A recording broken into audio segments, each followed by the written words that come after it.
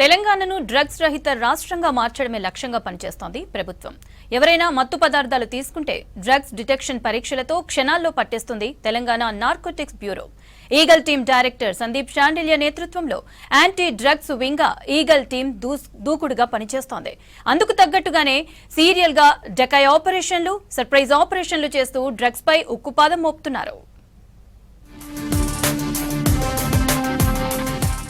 CM Revanth Reddy ఆదేశాలకు అనుగుణంగా drugs రహిత తెలంగాణ లక్ష్యంగా ఈగల్ టీం నార్కోటిక్ బ్యూరో పనిచేస్తోంది. అందులో భాగంగానే ఐటీ, సినీ పరిశ్రమలు, పబ్లు, బార్ అండ్ రెస్టారెంట్స్, రిసార్ట్లపై డెకాయ్ ఆపరేషన్లు చేస్తున్నారు. రేవ్ పార్టీస్, రిసార్ట్లపైన నిఘా పెట్టి డ్రగ్స్ పై ఉక్కుపాదం మోపుతున్నారు. యువత పెడదవ పట్టకుండా అవగాహన కార్యక్రమాలను నిర్వహిస్తున్నారు. స్కూల్స్, యూనివర్సిటీలలో యాంటీ డ్రగ్ కమిటీలను ఏర్పాటు చేస్తున్నారు. కమిటీల్లో విద్యార్థులు, తల్లిదండ్రులు, లెక్చరర్లు, సిబ్బంది, స్వచ్ఛంద సంస్థలు, సైకాలజిస్టులు, కౌన్సిలర్లు, డి అడిక్షన్ నిపుణులు, హాస్టళ్ల వార్డెన్స్, పోలీసులతో అవగాహన కల్పిస్తున్నారు.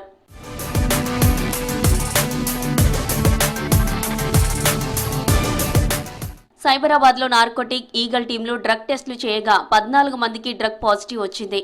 వీళ్లపై ఎన్డీపీఎస్ చట్టంలోని సెక్షన్ 64 కింద కేసుల నుంచి మినహాయింపు ఇచ్చారు. శిక్షకు బదులు వీళ్లను డి అడిక్షన్ సెంటర్లకు తరలించారు. అయితే గంజాయి డ్రగ్స్ కేసులో అరెస్ట్ అవుతున్న నిందితులను ప్రశ్నించినప్పుడు వారి సమాధానాలు పోలీసులను ఆశ్చర్యానికి గురిచేస్తున్నాయి.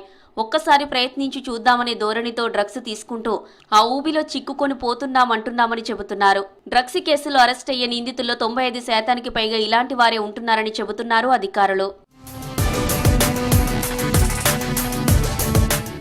డ్రగ్స్ అలవాటు చేసుకుంటున్న వాళ్లు ఒత్తిడిని భరించలేక తరచూ తీసుకుంటున్నామని చెబుతున్నారు.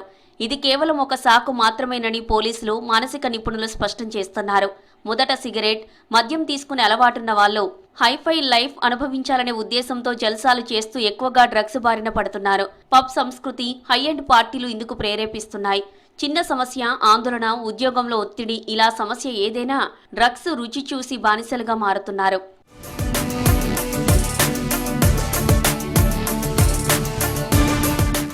డ్రగ్స్ కేసుల్లో పట్టుబడి వినియోగదారులకు ఒకప్పుడు స్టేషన్ బెయిల్ ఇచ్చి పంపించేవారు. కొంతకాలంగా పరిస్థితి మారుతుండటంతో వినియోగదారులపైన చర్యలు తీసుకుంటున్నారు తెలంగాణ యాంటీ నార్కోటిక్ బ్యూరో అధికారులు. ఖచ్చితంగా వారిని కోర్టులో హాజరుపరుస్తున్నారు. డ్రగ్స్ రవాణా అంతకంతకు విస్తరిస్తుందంటున్న అధికారులు దాన్ని నిర్మూలించేందుకు వినియోగదారులకు సరఫరా అయ్యే లింకులను ఛేదిస్తున్నామని అంటున్నారు.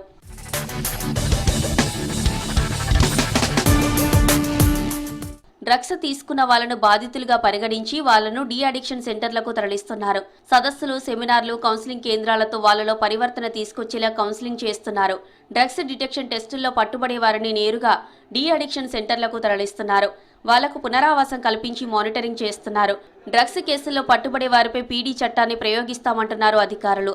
డ్రగ్స్ దందాలు, అక్రమంగా కూడబెట్టుకున్న ఆస్తులను అటాచ్ చేస్తోంది నార్కోటిక్ బ్యూరో.